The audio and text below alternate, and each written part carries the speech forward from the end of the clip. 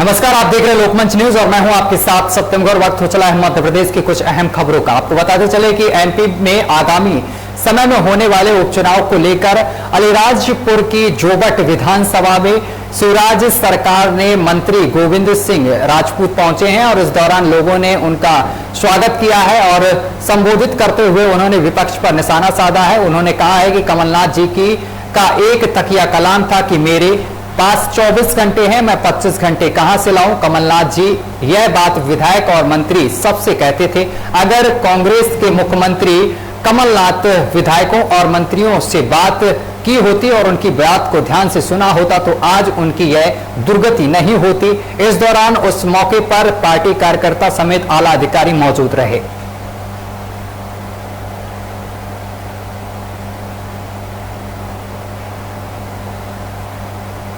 MP के बालाघाट में आदिवासी क्षेत्रों के ग्रामीण आज भी सड़क और पुल जैसी बुनियादी जरूरतों के अभाव में जीवन यापन कर रहे हैं और अपना जीवन गुजार रहे हैं। आपको बताते चले कि इस दौरान इन ग्रामीणों के आवाजाही के लिए ना ही सड़क है और ना ही नाले पर पुल है। जान जोखिम में डालकर स्कूल जाने को बच्चे मजबूर हैं और फिर भी छात्र यहां पर दिन में 2 बार नालों को पार करते हैं। बारिश में आपको बताते चले कि बाढ़ होने पर स्कूल नहीं जा पाते हैं और कई बार दुर्घटना भी हो चुकी है और जिसके चलते उनका भविष्य बर्बाद हो रहा है। ग्रामीणों को परेशानी होती है और इस ओर प्रशासन ध्यान नहीं दे रहा है और कई बार आपको बताते चले कि कोशिश और शिकायतें के बावजूद भी जानबूझकर इससे सरकार द्वारा अनदेखा किया जा रहा है। करोड़ों रुपए की वन संपदा और खनिज संपदा का दोहन यहां से सरकार कर रही है, परंतु सड़क और पुल का निर्माण आज तक नहीं हो पा रहा है, जिसके चलते ग्रामीणों ने चेतावनी दी है कि अगर 15 दिन के अंदर नाले में पुल निर्माण की स्वीकृति नहीं दी जाती तो हम समस्त ग्रामीण द्वारा नाले में ही अनिश्चितकालीन धरना प्रदर्शन करेंगे, जिसकी समस्त जवाबदेही शासन प्रशासन की होगी। हम डंडाई नदी में इकट्ठे हैं। डंडाई नदी में जो पुल है उसको मांग को लेकर के और सड़क, जैसे पुल और सड़क बन जाना चाहिए। यहाँ वर्षों से बच्चे आना जाना करते हैं और बरसात भर स्कूल नहीं जा पाते हैं, उनकी भविष्य जो है बर्बाद हो रही है। कई बार जो है बच्चे यहाँ से बाढ़ में बह जाते हैं, गांव वालों को बड़ी परेशानी होती है। शासन और प्रशासन इस बात पर ध्यान नहीं दे रही है। कई बार हमने इसे प्रधानमंत्री सड़क योजना में भी उस समय जोड़ने का प्रयास किए थे, किंतु सरकार जानबूझकर इसे अनदेखा की है। जबकि यह क्षेत्र में खनिज संपदा, वन संपदा, आप जो ये देख रहे हैं इधर से पूरा लकड़ी काट कर सगोन लगा दिए गए। समस्या यही है कि हमारे छोटे छोटे बाल बच्चा हैं, ये स्कूल जाने में बहुत तकलीफ होता है इनको। तो बहुत परेशानी, कभी बाढ़ आ जाती है तो इन लोग को नकाने में दिक्कत हो जाता है, गांव दूर पड़ जाता है तो आ नहीं सकते। अब इनको नकाने करने के लिए, इधर उधर करने के लिए तो भीग के जाते हैं। इनको ठंडी की बहुत इनको समस्या हो जाता है। एमपी के बालाघाट में 7 दिवसीय रिजर्वेशन कैंप का आयोजन हुआ, जिसके तहत जिले के कान्हा टाइगर रिजर्व के रिजर्वेशन कैंप में 18 विभागीय हाथियों की विशेष देखरेख की गई। आपको बताते चले कि कान्हा राष्ट्रीय उद्यान में विभागीय हाथियों को प्रबंध का इतिहास रहा है। जानकारी के अनुसार काष्ठ परिवहन एवं वन्य प्रणालियों की सुरक्षा हेतु गश्त में कार्य किया जाता रहा है और वहीं साल में एक बार हाथियों एवं उनके महावत के वर्ष पर्यंत कठिन परिश्रम के फलस्वरूप हुई थकान एवं स्वास्थ्य विशेषज्ञ के दौरान यहां पर कारणों से आराम की आवश्यकता होती है, जिसके तहत 7 दिवसीय कैंप लगाया जाता है। इस दौरान हाथियों के स्वास्थ्य परीक्षण में रक्त के नमूने जांच हेतु लिए जाते हैं और साथ ही हाथियों के नमूनों की टेस्टिंग भी की जाती है और दवा द्वारा पेट के कृमियों की साफ सफाई भी की जाती है।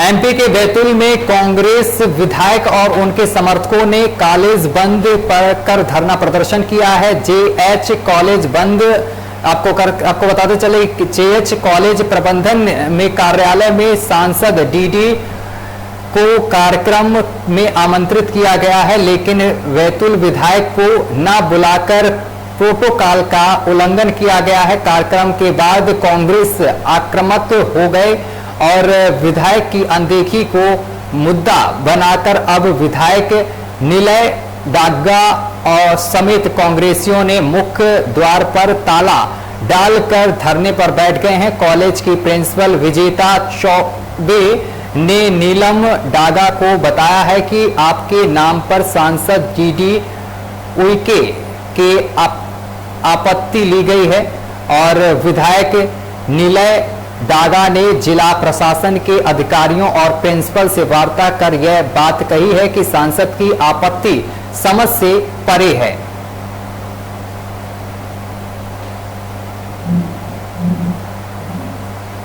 एमपी के जबलपुर में पुलिस प्रशासन सख्त नजर आ रहा है। मामला शहर थाना क्षेत्र का है, जहां पर कुख्यात शराब तस्कर के द्वारा अवैध निर्माण कर शासकीय भूमि में शासन प्रशासन की संयुक्त कार्रवाई में जमीन में अतिक्रमण कर मुक्त कराया गया है। इतना ही नहीं, कुख्यात शराब तस्कर एवं फड़वाज कुलदीप उर्फ टिंकू सोनकर पिता चंद्र प्रकाश सोनकर उम्र 40 वर्ष का, जिनके विरुद्ध संगीन जुआ, जिंदावली, अवैध शराब की तस्करी सहित अवैध वसूली और कई धाराओं में मामला दर्ज कर कार्रवाई की गई है।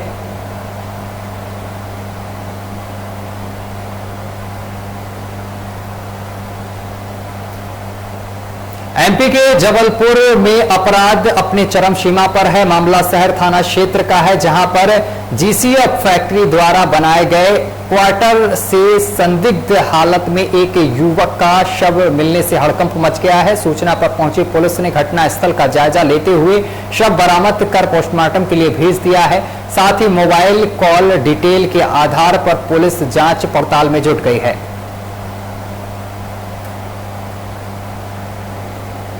एमपी के जबलपुर में पुलिस को बड़ी कार्रवाई की है। आपको बताते चले कि यहां पर पुलिस को बड़ी सफलता हाथ लगी है। मामला शहर थाना क्षेत्र का बताया जा रहा है, जहां पर पुलिस ने अखिल भारतीय विद्यार्थी परिषद के पूर्व महामंत्री को गिरफ्तार किया है और साथ ही पूछताछ के दौरान आरोपी ने स्वीकार किया है कि उसने जबलपुर सहित नागपुर में फरारी काटी है। और इतना ही नहीं, महामंत्री पर छात्रा की मांग में सिंदूर भरकर 3 साल तक शोषण करने का आरोप लगाया है। जानकारी के अनुसार आरोपी 3 महीने से फरार था और उस पर 5,000 रुपए का इनाम भी घोषित था।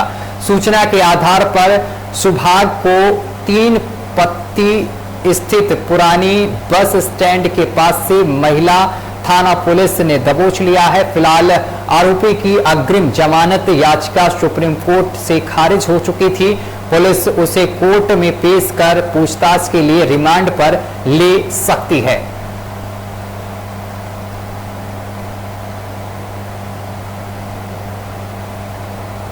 और एमपी के झाबुआ में मिसेज इंडिया 2021 में पक्षी घरोधा का शुभारंभ किया गया है और जानकारी के अनुसार भीषण गर्मी हो या फिर कड़कड़ाती ठंड या फिर मूसलाधार बारिश, पक्षियों को रहने के लिए पक्षी घरौदा एवं पक्षी आहार के लिए दाना पानी के लिए 4 अलग अलग केंद्र निर्मित किए गए हैं। इसमें बेजुबान जानवरों को अब कहीं भटकना नहीं पड़ेगा।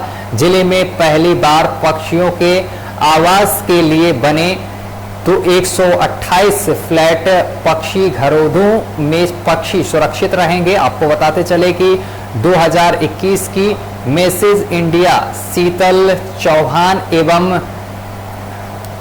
नेल्सन मंडेला अवार्ड से नवाजी गई डॉक्टर लीला एवं प्रशासनिक अधिकारियों के हाथों से इसका शुभारंभ किया गया है। शुभारंभ के दौरान अतिथियों ने पक्षियों के लिए दाना पानी की व्यवस्था की है।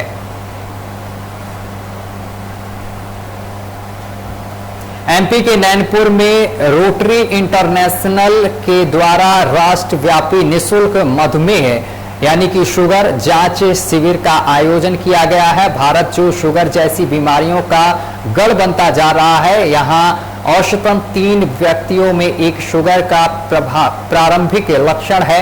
वहीं शुगर की रोकथाम के लिए काम कर रही संस्था RSSD संगठन के साथ इंटरनेशनल रोटरी के वर्तमान गवर्नर रोटरियन शेखर मेहता जी का ध्येय वाक्य और के साथ यहां पर संपूर्ण देश में एक दिन का एक साथ 10 लाख लोगों की जांच, आगामी अनुसंधान प्रक्रिया के लिए निशुल्क शुगर जांच उपकरण उपलब्ध कराए जाएंगे और क्षेत्र की अनुविभागीय राजस्व अधिकारी सुश्री शिवाली सिंह का रक्त परीक्षण के साथ कार्यक्रम में रोटरी के मधुमेह परीक्षण किया गया।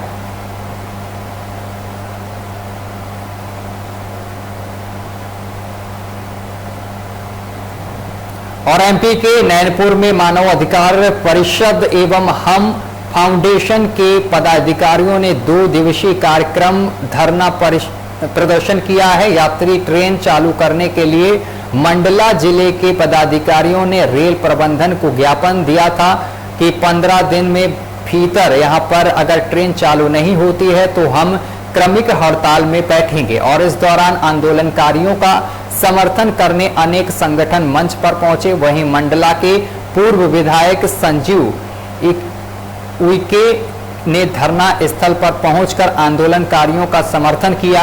आंदोलनकारियों का कहना है कि इस रूट पर डेली 20 से 22 मालगाड़ी ट्रेन का संचालन हो रहा है, लेकिन पैसेंजर ट्रेन नहीं चलाई जा रही है, जिससे क्षेत्र की जनता ने भारी आक्रोश व्यक्त है।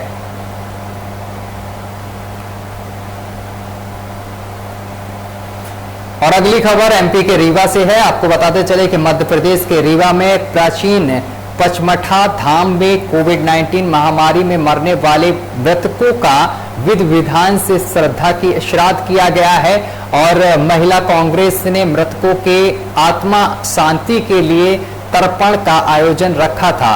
हिंदू धर्म के अनुसार पितृपक्ष में आत्माओं की शांति के लिए पूजन का महत्व है। कहा जाता है कि इस पक्ष में आत्माएं आती हैं और इन्हीं आत्माओं की शांति का तर्पण किया जाता है। कोविड काल के दौरान हॉस्पिटल में कई मरीजों की मौत हुई थी, जिनका अंतिम संस्कार मुक्तिधाम बंदरिया में नगर निगम ने कराया था।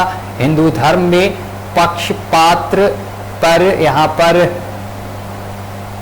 श्राद्ध का विशेष महत्व है। इसी महत्व को ध्यान में रखते हुए कांग्रेस ने कोविड की महामारी में मरने वाले की श्राद्ध कर मृतकों को तर्पण और पिंडदान भी किया है। और इसके अलावा विरोध जताते हुए महंगाई पर सरकार को घेरा है।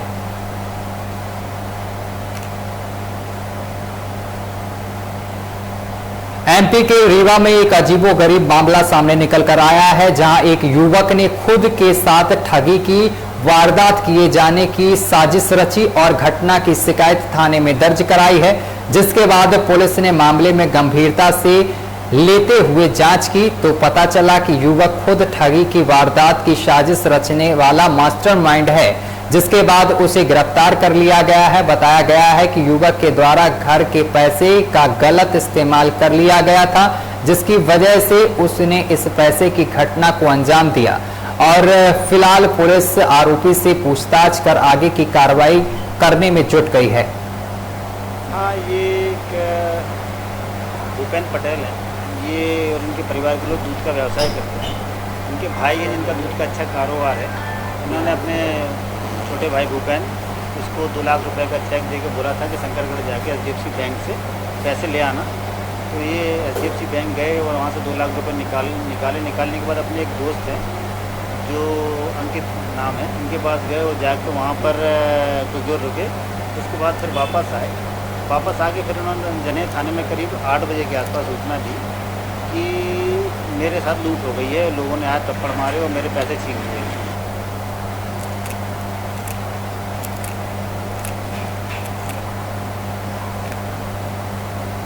और सुजालपुर ने चलाया स्वच्छ भारत मिशन अभियान। स्वच्छ भारत अभियान में स्कूल के बच्चे भी शामिल हुए हैं। स्वच्छ भारत मिशन अभियान में ग्रामीणों ने भी हिस्सा लिया है। स्वच्छ भारत मिशन सुजालपुर के नारे के साथ रैली निकाली गई है। स्वच्छता को लेकर शहर के नागरिकों को जागरूक किया गया है। स्वच्छता प्रभारी मोहन परमार ने की है शुरुआत। बड़ी और अहम खबर आपको बता रहे हैं। स्वच्छ भारत अभियान के तहत छात्रों ने यहां पर भाग लिया है। सुजालपुर ने चलाया गया है स्वच्छ भारत अभियान और स्वच्छ भारत अभियान में स्कूल के बच्चों ने भाग लिया है, बच्चे शामिल हुए हैं। स्वच्छ भारत स्वच्छ सुजालपुर के नारे के साथ रैली निकाली गई है। स्वच्छता को लेकर शहर के नागरिकों को जागरूक किया गया है और स्वच्छता प्रभारी मोहन परमार ने इसकी शुरुआत की है।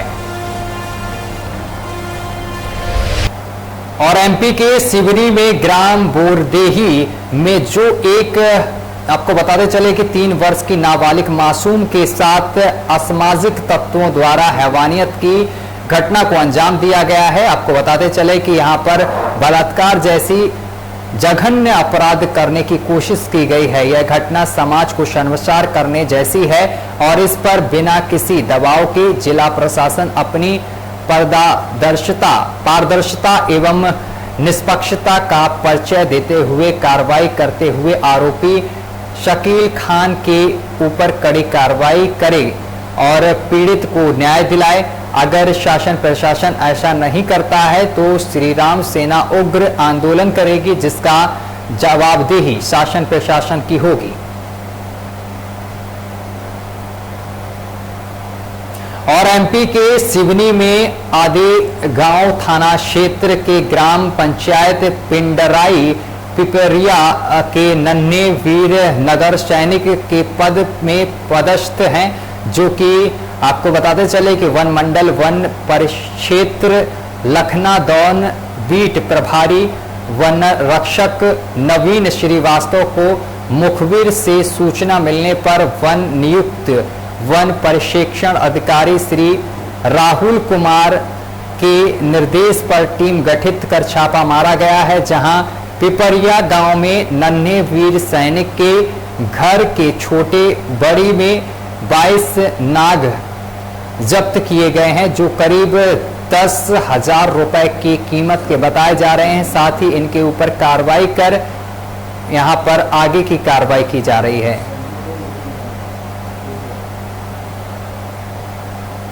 और अगली खबर एमपी के टीकमगढ़ से सामने निकल कर आ रही है, जहां आपको बताते चले कि टीकमगढ़ में 2 दिवसीय कार्यशाला का आयोजन किया गया है, जिसमें बाल कल्याण समिति के अध्यक्ष, किशोर न्याय बोर्ड के सदस्य और जिला बाल संरक्षण अधिकारी समेत समस्त थानों में पदस्थ कल्याण अधिकारी आदि के कार्य दायित्वों के संबंध में विस्तृत चर्चा करते हुए विभाग अंतर्गत संचालित योजनाएं जैसे कि गुड टच, बैड टच, इन सभी के बारे में बताया गया है।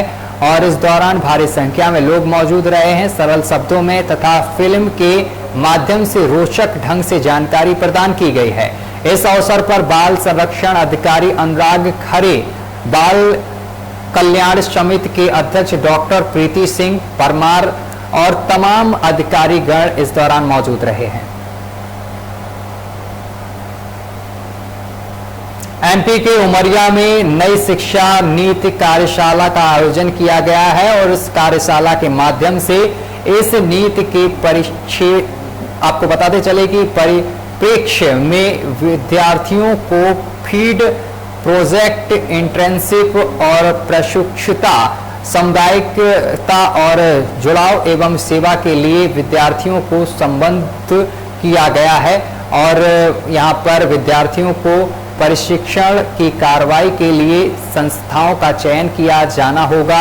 उक्त कार्यशाला का उद्देश्य विद्यार्थियों को 2020 में लागू इस नई शिक्षा नीति से अवगत कराना और आत्मनिर्भर हेतु प्रेरित करना है। इस कार्यशाला के तकनीकी प्रभारी डॉक्टर ऋषिराज पुरवार तकनीकी सहयोग सराहनीय रहा है और जिससे कार्यशाला सफलतापूर्वक संपन्न हुई है। डॉक्टर हेमंत लाल और तमाम लोग इस दौरान मौजूद रहे हैं।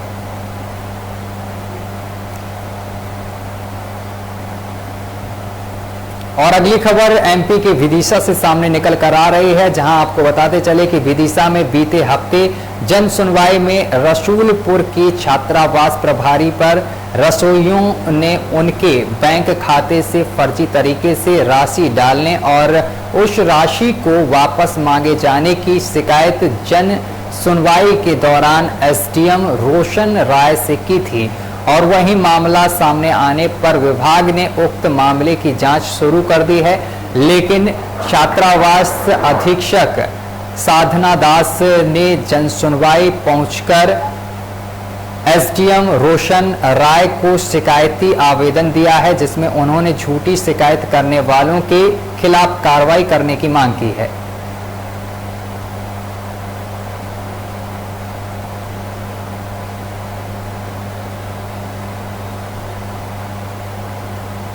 इसके मंसूबे मुझे ज्ञात नहीं है, लेकिन जो भी कोई कारण है वो लगातार मेरे पीछे पड़ा है और तरह तरह के षड्यंत्र मेरे खिलाफ करता गया है, जिसका आज मैंने आवेदन कर सकती हूँ। बिल्कुल बिल्कुल पूरी तरह से निराधार हैं। मेरे विभागीय जो भी जांच समितियां मेरे छात्रावास पहुंची हैं, उनको मैंने हर एक शिकायत का पूरा प्रूफ दिया है और मेरे द्वारा दी गई जो भी सफाई है, जो भी सबूत, जो भी साक्ष्य मैंने दिए हैं, उस पर जाँच समिति जो एसडीएम महोदय के यहाँ से भी पहुँची हैं, जो अनुविभागीय अधिकारी के यहाँ से भी पहुँची। और अगली खबर सिवनी से सामने निकल कर आ रही है, जहां पर 3 वर्षीय मासूम के साथ हैवानियत का परिचय देते हुए बलात्कार जैसे जघन्य अपराध करने की कोशिश की गई है। यह घटना इंसानियत को शर्मसार करने जैसी है। जिला प्रशासन ने अपनी पारदर्शिता और निष्पक्षता का परिचय देते हुए आरोपी शकील खान के ऊपर कड़ी कार्रवाई करेंगे और पीड़ित को न्याय दिलाया जाए, जिसको लेकर लोगों ने गुहार लगाई है। वहीं आपको बताते चले कि अगर ऐसा नहीं हुआ, प्रशासन ने कोई कार्रवाई नहीं की, तो श्री राम सेना उग्र आंदोलन करेगी। इसका जवाबदार शासन प्रशासन होगा। और बड़ी खबर सामने निकल कर आ रही है, 302 का सजा याफ्ता आरोपी राजकुमार थाने से फरार हो गया है। बड़ी खबर आपको बता रहे हैं, जहां पर आपको बताते चले कि 302 का सजा याफ्ता आरोपी राजकुमार थाने से फरार हो गया है। मेडिकल कराने के बाद थाने लेकर आई थी पुलिस, जिसके बाद पुलिस की लापरवाही से आरोपी भाग गया है। वहीं आपको बताते चले कि बेगमगंज न्यायालय में आज सुनवाई गई, आरोपी को सजा सुनाई गई है और जिसके बाद आज आरोपी यहां थाने से फरार हो गया है। पुलिस की बड़ी लापरवाही सामने निकल कर आई है। 302 का आरोपी था जो थाने से फरार हो गया है। पुलिस को चकमा देकर आरोपी फरार हो गया है। बड़ी और अहम खबर आपको बता रहे हैं। आज आरोपी की न्यायालय में सुनवाई थी। सुनवाई के दौरान उसे 302 की सजा सुनाई गई थी, जिसके बाद आरोपी थाने से फरार हो गया है।